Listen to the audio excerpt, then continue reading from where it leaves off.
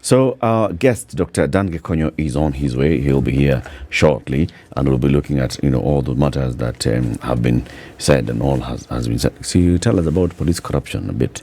I tell you, the Nation has that story taken from the report by the task force that was led by Chief Justice Emeritus David Maraga.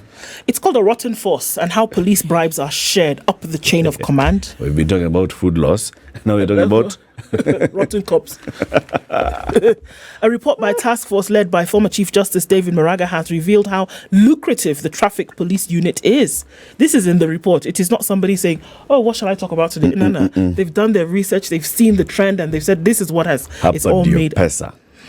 Bribes paid by motorists shared high up the chain of command. The corruption allegations against the traffic police unit are deeply rooted to the extent that high-ranking officers in the unit obtain a cut from the bribes collected, according to the report presented to President William Ruto in November last year. Where? Juju. So you see, if your boss is waiting for something, you really think those guys on the road are going to get off the thing? So that report basically should read like a book, right? In fact, they should just serialize that report. Turn it into a movie script. Ah, yes. Dr. Maraga's report. So, so how do the cops collect the bribes? Let me tell you. Then how do they take it up? Exactly. All the way to... I remember the previous Inspector General of Police, Engineer Kowame, said, Mimi hiyo sijui. People have said that it comes all the way to the IG's office. No. Why? No. Maybe it reaches the door, but it doesn't enter. Our guest is here. We shall look at that story a bit later, but let's welcome him. Dr. Dan Gikonyo is a cardiologist, has done very many things. He's the founder of the current hospital, and he's our guest now. We are talking about a doctor at heart. Matters of the heart. Daktari, good morning. Good morning to you. How are you doing? Very, very well. Good to have you here. Thank you. Karibu sana. Asante. I look healthy. From outside, yes. Very good. If I bring myself closer to you, tell me. Let me look at those fingertips. That's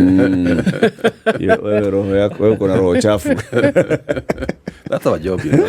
Kamati ya roho chafu. You're the one who now looks at them and tells, this one. Not a good one. Yeah, that's what we do. We mend broken hearts. Mending broken hearts. Oh, man. Daktari, our elder City Muga, he's not in this week. Yeah. He sent his greetings. And he said, thank you very much for the advance copy of the book. Thanks. And he sent us with the Proverbs. Thank you. For this week, the Proverbs are from Senegal. Have you been to Senegal? Senegal, Gambia. You've been to the Gambia? Yeah. Almost. You know, if you are in Gambia, you're actually inside Senegal. Exactly. You're inside the belly. Inside. Yes. Inside the belly of Senegal. Because the Gambia is surrounded by Senegal all the way, and then a bit of it by the Atlantic. In fact, you know, at the current hospital, we train cardiologists. We just, one from Gambia just qualified, Dr. Lamin. Yeah, so we get doctors from around the countries in Africa, right, for a cardiology program for 3 years.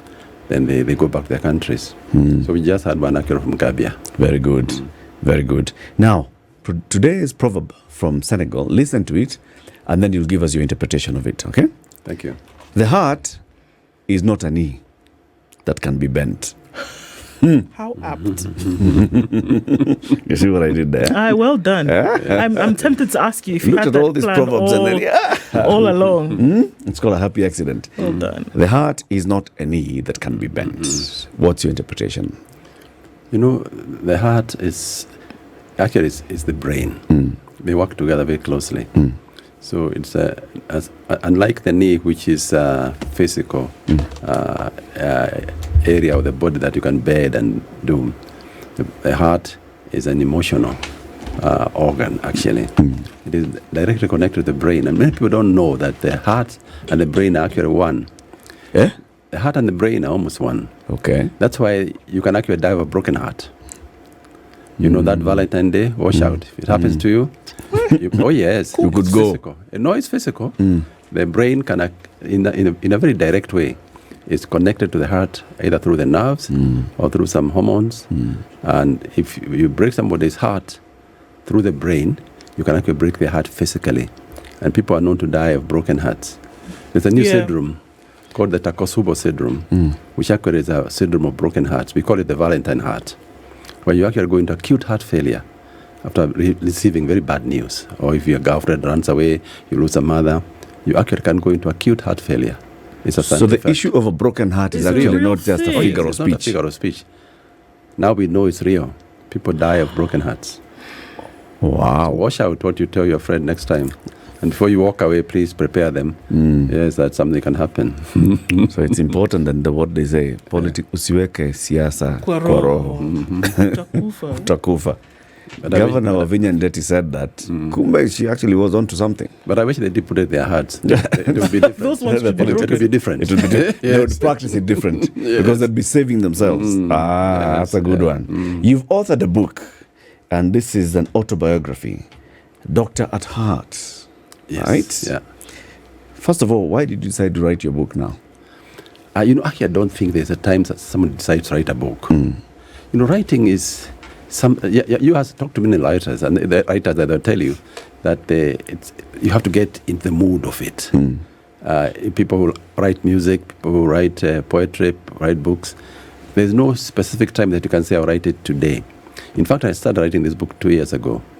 And slowly, I put a chapter, another chapter. But the reason I wrote it at this time is because I believe I know enough now to write something. Yes, I can write You something. believe you had enough pages? Yes. Yeah, actually, the entire book is minus the glossary, the index. There's so many. 318 pages. Yes. Of your life story. In fact, I must say, it's not a life story, actually. It's a philosophy and an analysis of society hidden in a biography. Yeah. I don't want to write about myself. I want to write about you and society. But I use myself as an index. And then I write my story inside there. That's very interesting because I think you did exactly that. Absolutely. Because we looked at, having read it, I'm almost done with it. But having read some parts twice, Yes. that we look at things that were happening in the country, on the continent, and where you fit in at the time, where you were growing up, in the belly of Nyeri County, and then went on to school, left the country, came back, saw things that were happening politically, saw things that were happening economically, developmentally. Was it a way for you to talk then about your experiences and where it got you to where you are today, while taking into consideration what was happening, around the world? Absolutely. It was a way of talking about myself, but telling people what I think about them and about society. What can we check? What can we change? What can we do? What do we think about our religions? What do you think about our education system? What do you think about the way you relate to your parents? Things like those. Your experience as you were growing up, from those early years in Nyeri, going to Kagumo High, going to the University of Nairobi, going abroad and all, are you changing? Is your perspective of life changing you as a person? Growth is change. So all those steps you have mentioned, one grows. And as you grow, you change. So the way you thought initially, maybe not exactly the same, but you remain the same. As a fruit tree grows tall, as an orange, it will eventually give oranges, but it will never give lemons. So the tree remains the same, but the other output may be different at different seasons. So I think the main core of the heart has not changed. It has grown. As you see more, you interpret the world differently. For example, today, if you ask me seriously if I were to use my name, I'll never call myself Dan. Never. No. I would call myself Gikonyo Kibuka. Yes. All the time? All the time. Why? It's so easy to understand. Have you seen an Englishman called Gikonyo? No. So why should I call myself Dan? This is true. Now tell me. This is what my friend and a man I respect, called Goge Wathiongo, says. We have been imprisoned in our minds. I must tell a story because I mean my friend Avin is listening. Avin is one of our cardiology fellows training at the current hospital. On the first day he came, I asked him, "Sir, doctor, what's your name?" He says, "Avin." I said, "From Congo?" Yes. No, you must have other names. No, my other name is too long. I tell him, tell me what your other name is that is too long. And his long name was Serugendo. I tell myself, Avin, listen, you've been made to believe that your name cannot be pronounced. And yet you can pronounce Vladivostok, Edinburgh, all those names you can pronounce. But you are Serugendo, you can't pronounce. It's too long. You have been told it's too long, call yourself Avin. I say, I'll never call you Avin. Only 4 syllables. Now on, you'll be called Serugendo. Makes sense. Yeah. When I look at this autobiography, and I look at various other autobiographies that I've read from seniors, especially those from Mount Kenya, many of them will tend to go into like the roots of not just them, but their family. So when you talk about your family, then you go back. For example, you look at your grandparents, your parents, the time for the Mau Mau, growing up, and then you try to link in that situation then into who the Kikuyu were at the point, and now who that made you. I've noticed that trend. Explain. And I think it's a good trend. You know, but please don't laugh. I will not. When I talk to kids in Sunday school, and I ask them about their forefathers, they tell me about Abraham, Jacob, and I say, my God, this is not right. You must have some forefathers somewhere. Yeah. Tell me about them. Tell me about your grandfather. If you ask somebody in the Mount Kenya region where I come from, and I say, let me be specific, in Hithe, where I come from, who their great-grandfather was and where he's buried, they may not know. But they'll tell you Jacob had 12 sons, and they give their names. So, of the 12 sons and of Jacob. No, that's what my friend Goge, as I keep repeating, calls colonization of the mind. We must free the mind. We must think ourselves. We are real. We must talk our own languages. We must use our own names. We must have our own heritage. We must honor our fathers and not have different things. Is that the thinking? Is it that you people, you at this certain age, having gone through your experiences, have sat somewhere, and as you're having your chai, your mbuzi, and you're talking, you go back and you start having these conversations? Because this is something that we are noticing a lot, and it's with people who are professionals, who have risen through the professional life and personal life, but now you reached a point where you're retracing your steps, sort of. Yes, and you want to publicly proclaim, I am now Gikonyo. Not Gikonyo. Gikonyo. With a stroke on the eye. Why? You know, it's a growth thing. One, you know, as you're born, you just don't know who you are or what you are. People shape you. Your parents tell you who you are, and you grow up knowing I am so and so. They give you a name. A friend of mine, they called him Jehoshaphat from the Bible. Then you grow up. As you grow up, then you travel. You go to different countries. You see different people, and you meet different people. And then you can see who they are.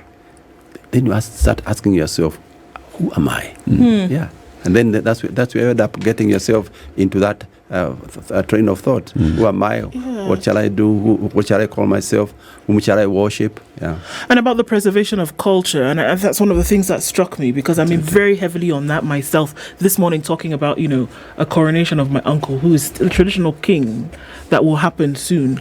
And here, where you talk about high school lifestyle and culture, if you'll allow me to read just a part of that, where you said, while in primary school, we had to learn many other things by hand.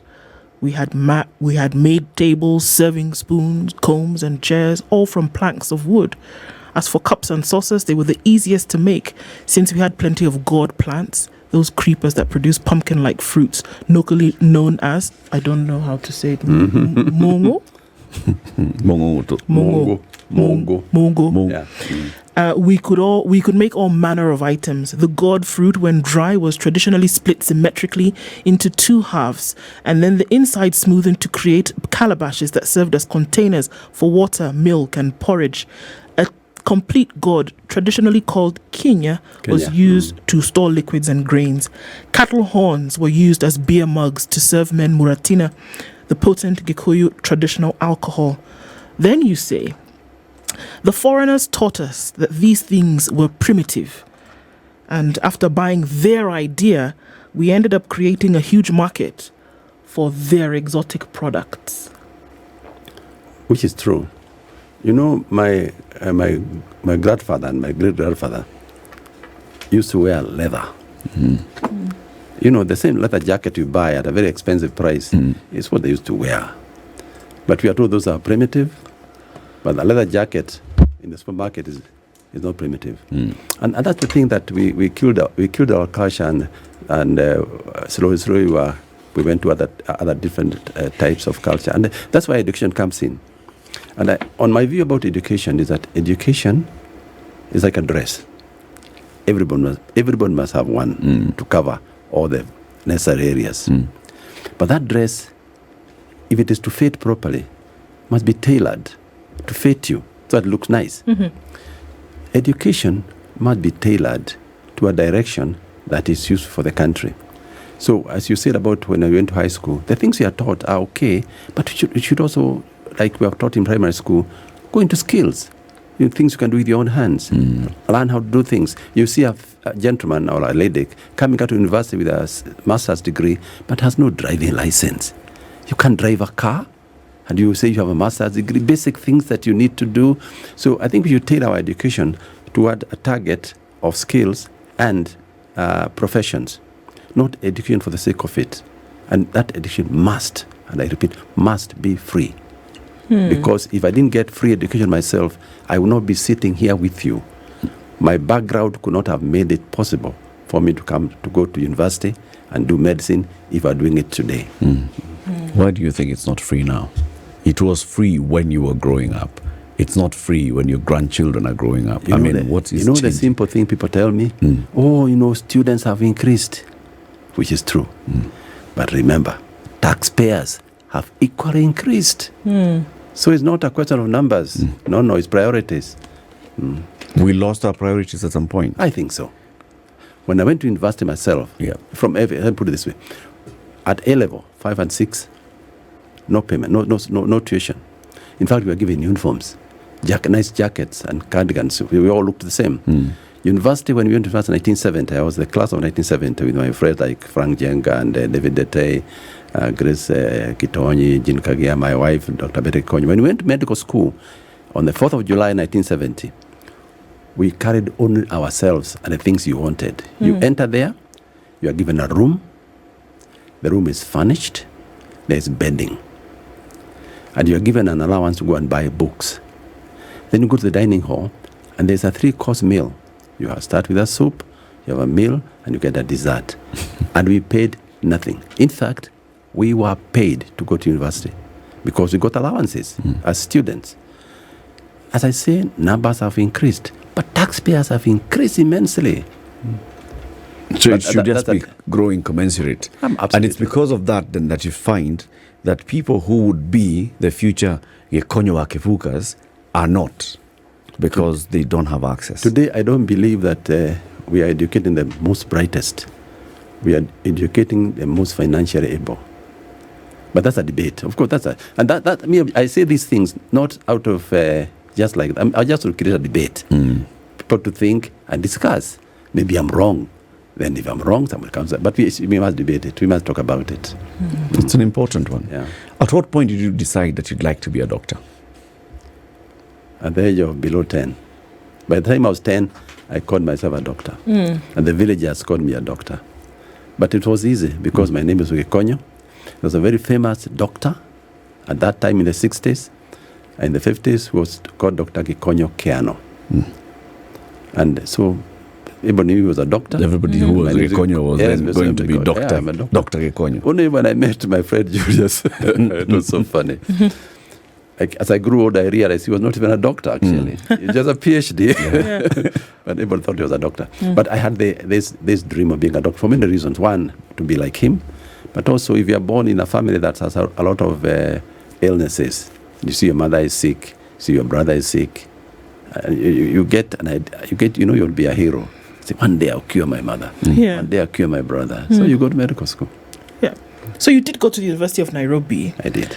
And finished your degree there. Top of the class. Yes, well, of course. It's important to That was the next thing I was going to say. It must be recognized that you finished top of the class. And then you did have an opportunity to leave the country. Yes. To then go and do another degree and then specialize in other areas. Yes. What bearing do you think the external experience had on your medical career as well as other parts of your life? The stint of going to America made me a different person, because you can now see yourself outside your own system and look at your system from outside. And again, you continue evaluating yourself, and you see other people, how they do things. And I learned how to do things when I went for my postgraduate. But then I finished my internal medicine. I was already a physician. I was already a lecturer at the University of Nairobi. And now I was going for my subspecialty in cardiology. And one of the things I learned in America, I learned from the chicken makers next door. What do you call those guys of chicken? Kentucky Fried Chicken. KFC. I learned from KFC. They had a billboard outside the hospital there that said, "We only do chicken, but we do chicken very well."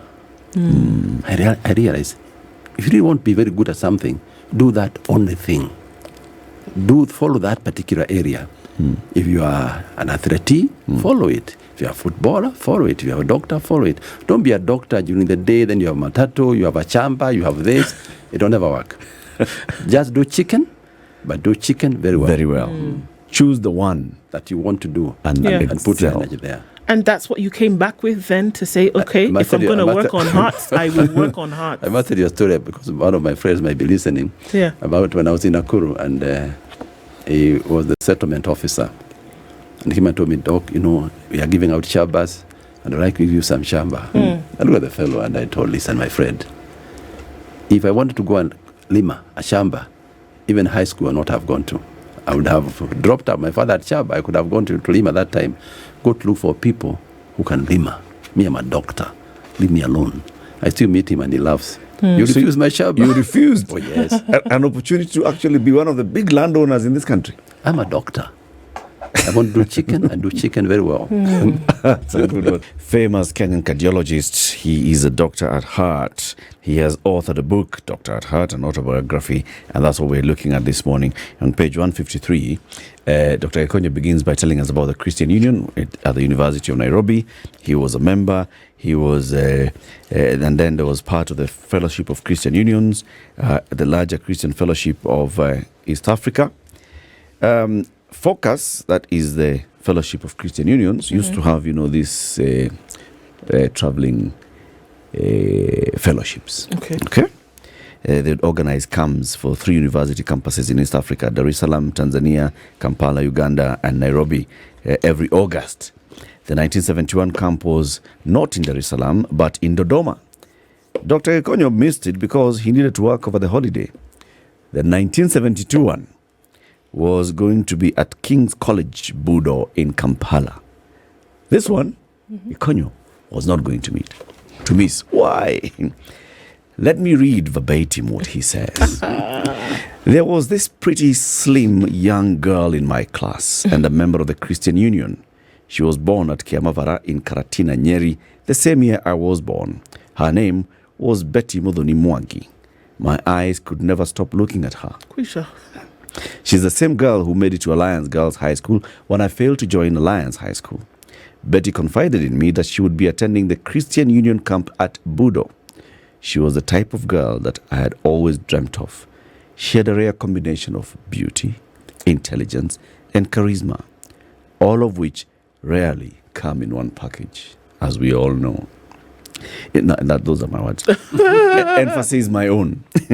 "In the theory of evolution, either beauty or intelligence was enough for the female survival in the jungle. Having both was superfluous in the jungle. The male species was muscular and strong and survived by physically dominating other members of the species.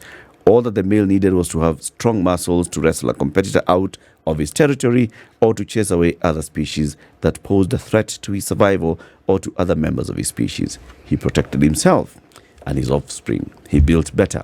He carried logs for lighting fire and brought home game which is slaughtered for food. Okay? Then you talk about the female species. I want to skip this paragraph and come back to this girl, Betty, had both beauty and brains. No wonder people refer to her as Beauty. Betty, Beauty. Hey. Corrupted from Betty, she had scored highly in her primary school exam of 1963, earned herself a place at Alliance Girls High School. Since she was going to Budo in the summer of 1972, I decided to go too. I persuaded my right-hand friend and associate, Erastus Wangai, to join us in this trip. Take it from there. So you went to Uganda. First, I remember my name is Chibuka. It's very similar to Uganda. To Ugandan Kibuka. Yes. Number two, remember, I had to tell this story myself. Because I've learned something about stories.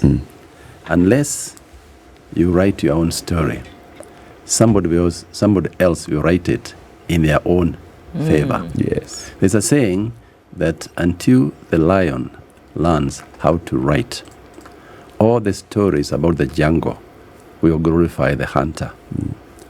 And that's what happened even to all African stories. Yeah. You know, African history, African cultures, they have all been written by the hunter. It's time that we, the animals of the jungle, write our own story in our own version and let the world know who we are and what we think. So when we're back to Bundo. So this is 1972, and we are second years in the university. And you know something about that time? We could get into a train here in Nairobi and wake up in Jinja. The cross borders that exist today were not there. You could get your little money you had in your pocket at the railway station in Nairobi, get into the train, get to Kampala in the morning, and use the same money to buy goods. You didn't need to exchange. We had the East African shilling. So East African was one.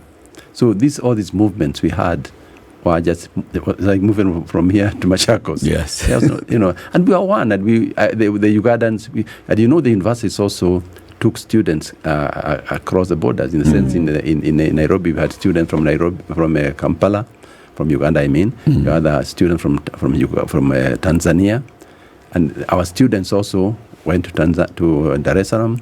Others went to Makerere. Only in our year, by the way, nobody went to Makerere Medical School, because by that time Jomo Kenyatta had decided to have the medical school done in Nairobi, which had been done by Professor Maina Mungai 3 years before us. In our year, the government decided, and quite rightfully so, that none of the medical students would go to Kampala, because we have our own medical school. We now have our own so we all went to medical school here.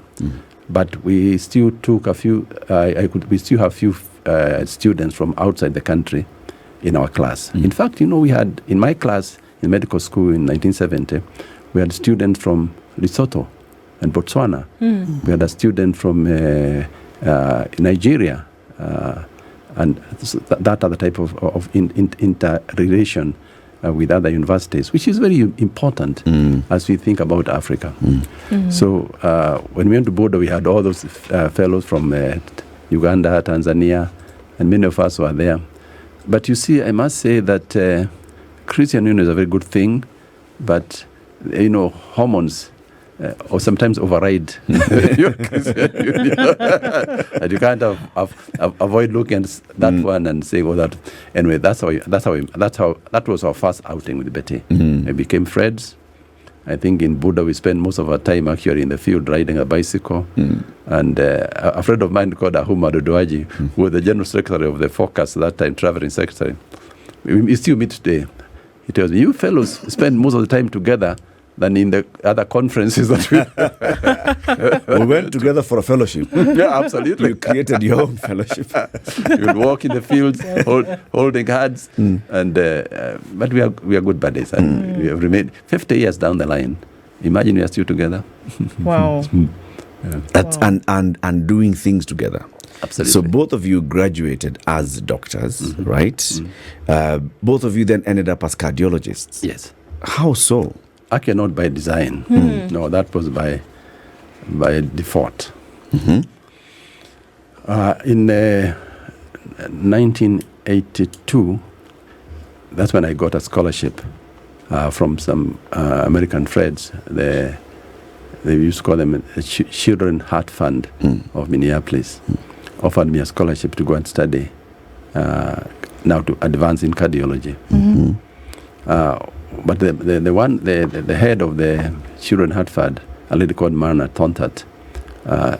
wrote me a letter and said, listen, if you're going to come, you must come with your wife. I said, must? Yes, you must come with your wife. I didn't understand why that time, but she told me later, the fellows who come here alone and they leave their wives at home, never go back. They get new wives and they get stuck here. She was telling me, I was making sure that you go back home with your wife. So anyway, we ended up going. It was a bit of a financial deal because the scholarship was mine. So she wasn't getting a She was scholarship. not a scholarship. I keep thanking her. Was she working here at the time? Yeah, we were classmates. Because you were classmates. Yeah, me, I was working in the university as a lecturer. Yeah. And Dr. Betty, at that time, I was actually in private practice with a group of Dr. Peter Kamau, who is my mentor in many ways. So she had already finished her pediatrics. So she had gone out and been private. She first worked at the Aga Khan, then joined Peter Kamau. At that time, I was a lecturer in the University of Nairobi. So she had to sacrifice her job to come without knowing exactly what we are going to do. So we went, and it's when they started looking for opportunities for her. In fact, she never wanted to do cardiology. She wanted to do what we call pediatric endocrinology. And there's an endocrinologist we are talking to, but she had no opening. And one day she comes and tells us, you know, it's an opening for pediatric cardiology at the University of Minnesota. Would you give it a thought? I said, let's give it a thought. So we went, and the professor there told us, you know, I have an opening, but it must be given to a foreigner by the regulation of the university. And you're looking for a foreign student. And here you are. So that's how Betty ended up. That's how she ended up there. Oh, yes. Amazing. And she loved it. Brilliant.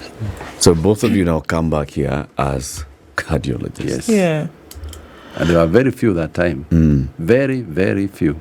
And interestingly for her, she's a pediatric cardiologist. The So then only the other only one. one. The only other one. There was a doctor assessor ahead of her, but the only other one, of course, the first female pediatric cardiology in the region.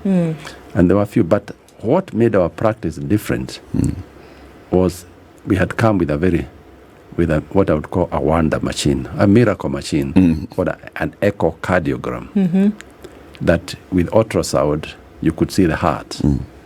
And that was the first machine in Nairobi, in Kenya, in East Africa, in East and Central Africa.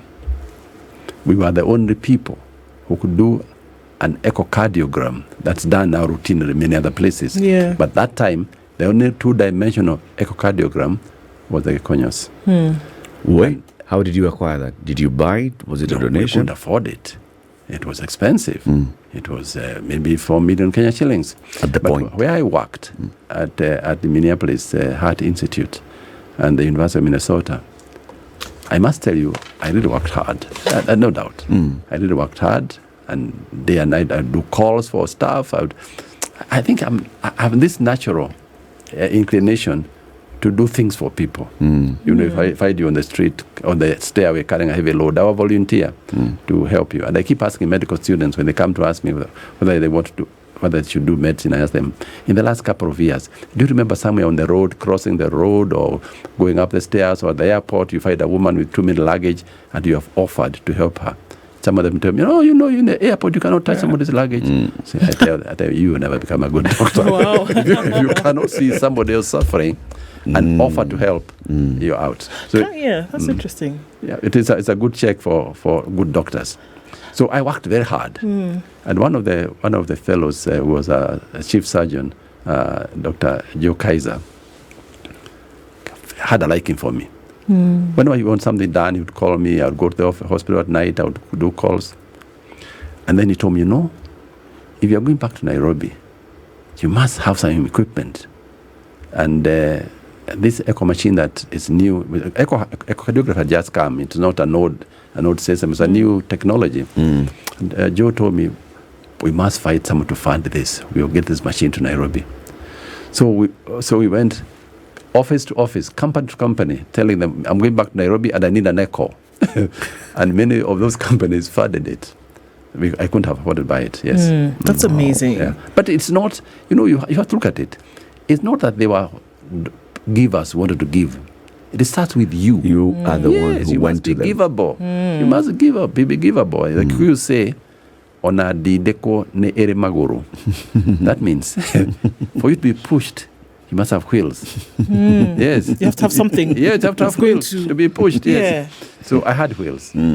It's interesting because then when you did come back, I think, just from what I'm reading, and you can stop me if I'm wrong, that you then began to see the way things had transitioned from independence and to how things were happening in the country, for you to start to say things like the two major controllers of the economy should not be left in the hands of individuals, much worse when these individuals are foreigners siphoning money from our country to their nations. This can only be done by a committed government and leaders whose passion, and that's where I want to stick on, whose passion is to improve the plight of the masses and not themselves. I can directly link that to what you've just said. You cannot be wind assisted. You cannot be helped if you don't have something to start with. It's not possible to lead a people if you don't have the fire in your belly to be able to lead the masses and take their plight into consideration. So you started to get into the political space with your thinking, whereby you can help people, but taking it to a country level, you can help people, you can remove people from the suffering, but you have to have something. If you don't have it, you can't. And from this book, I think that is thinking that you carry to date. Is that correct? Politics and life are one. And as for me, my political thoughts were molded long time because I grew up at the time of the Mau Mau. And I saw independence come. In fact, in 1961, I attended a rally by Jomo Kenyatta after he was released at the Wairimu Stadium. I remember seeing him and all these other big fellows, Paul Gay and other people. And so the political consciousness, at least in central Kenya, is there in everybody who lived in the 50s and 60s because we felt it, we were part of it. We were herded up in small villages. We saw our parents being beaten up by people. We saw people being killed. So political awareness was part of us as we grew up. Yeah. But as to issue of political leadership, I would quote Mwai Kibaki, who is a man I first met in 1978 and I admired wholly. And I was committed to him in many ways, and we became friends, and I served him with the passion. And Mwai Kibaki said, positions of leadership are not for your personal enrichment. But position of leadership is for service to people and making life better. And that man, Mwai Kibaki, made life better for people. He gave us free education. He removed all those tight regulations that stop you from doing things. He made easy to access money. We all know it. And I learned a lot from him. And I came to realize it's true that you can improve people's lives by, being truthful and honest and focusing on them and not rather you. than on you. Yeah. We have 7 minutes to the top of the hours, and we must obviously talk about Mwai Kibaki, and Yes. you've brought him up, right? You've dedicated a chapter to talking about your life and times with Mwai Kibaki. Chapter 17, Mwai Kibaki. It's written. That's Yeah, correct. right? Yeah. You call him father of modern Kenya, all right? So let's just jump into the period where you are very prominently close to Mwai Kibaki in the public eye. Of course, you had been friends for many years, like you said. 2002. Coming to 2003 and onwards. At that moment, when Kibaki was ailing, and he had just been given this huge responsibility of becoming president of the republic, and you were looking at him, what were you seeing? When I was taking care of Kibaki, I had already done some rehearsals. I knew how to handle big people in big crises. You may not know that I used to go and see Charles Robia in detention. Because before he went to detention, he was my client, he was my friend. And when he was detained, he wrote a letter to the government asking if he would be allowed at least access to his personal doctor. So I used to go to detention to see him. And then I wrote a letter to the head of government saying that Charles Robia was ailing and should be released. And in fact, he was actually released. Thereafter, another friend of mine told me that there's a man in a hospital who is a fake name, and I think is Ken Matiba. Would I be willing to see him because he's very sick? And of course, those days many doctors were afraid of being associated with people in the opposition because it was risky. But I think either naive or brave or both. I said I'm going to see him. I don't choose my patients, and I went and saw Ken Matiba, and he was actually very unwell. And we ended up traveling to London with him, just like we had traveled with Charles Robia before, and we stayed in London for quite a while. So coming to take care of Mwai Kibaki, I had done rehearsals. You had experience. Yes, I had experience of where the hurdles are. So Mwai Kibaki got a very bad accident just before Christmas, before the elections, and we had to travel to London with him again for extensive treatment. By that time, I must say that our level of healthcare was not what it is today. I believe today, where we are today, we will not have traveled. No, we will not have traveled because the facilities we have in the country are far ahead of many other African countries. And they're comparable to many other facilities that we have in Europe. So as I would say today, there may be not much need to travel abroad, but then we traveled. And when we came back, there were difficult times, because there were times that the president was very unwell. And here you are the physician, and you must talk to the nation. But I remember a friend of mine called Alfred Gitonga, who was a very clever young man, I must say, very clever young man. He told me, Doc, even as you talk, you must give hope to the nation. I still remember that statement. You must give hope to the nation. So apart from telling them the president's unwell at what we are doing, we maintained a ray of hope that you'll get better. And I told them you'll get better. I told my friends you'll get better. Many of them didn't believe me. But I could see the problem, and I tell this one, you'll get better, and you'll be able to do all the things we need to do. And he did for 10 years. Wow. What was the issue? Those are medical details that you cannot discuss in public. Yes. Okay. I'll leave it at that. Yes. Right. Now, you even after he left, by the time he was leaving office, he had, of course, recovered, and he had done the things that he had done for the country. Why do you call him the father of modern Kenya? For us who lived through all these systems, we were there in the colonial era. We were there in Jomo Kenyatta era until 1917 when he passed away. And by the way, I was his physician, quote, not officially on standby, not a day-to-day. Day-to-day was my old friend Eric Mungola. But in Nakuru, I was the standby doctor when Kenyatta was in Nakuru. So I seen the society in the colonial era, Jomo Kenyatta after independence, and then we had seen Daniel Arap Moi. And if you are any intelligent person, you can see the difference. You can see where things go wrong. And I remember we went to Washington with Mwai Kibaki in 2000, and we had an interview by Shaka Sali. And Kibaki was asked questions about what he would do if he ever became president, what was the issue with previous governments, why he stayed in government for so long. And I remember many things, but I would like to quote one. He was asked by Shaka Sali, why Kibaki? What is your lowest point of history that you regret?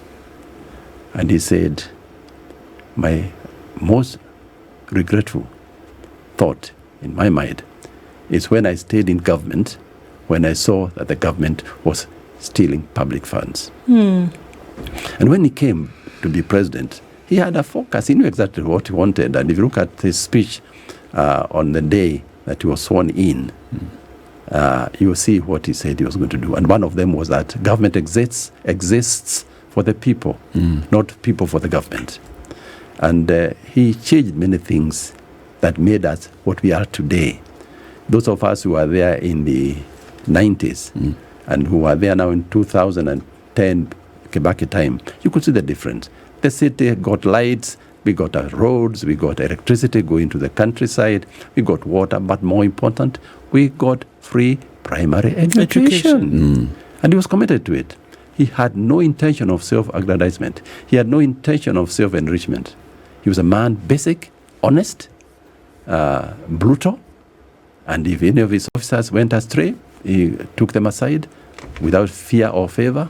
So I say what we see today in Kenya is what Mwai Kibaki built. Are we stagnated? Are we progressing? Are we retrogressing? Well, because we do not, I don't want to make any comment on current status because that's a different story.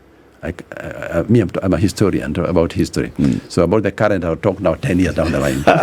Safe way of avoiding it. Dr. Dan Gikonyo has been our guest for this hour. We've been talking about this new book. It's a story of Dr. Dan Gikonyo. No, the story of Kenya, humanity, and the society compressed into one, hidden into the story of Dr. Dan Gikonyo. Gikonyo wa Kivuka. Doctor at Heart, an autobiography. Where is it available? It's available in Amazon. It's available in all bookshops in this country.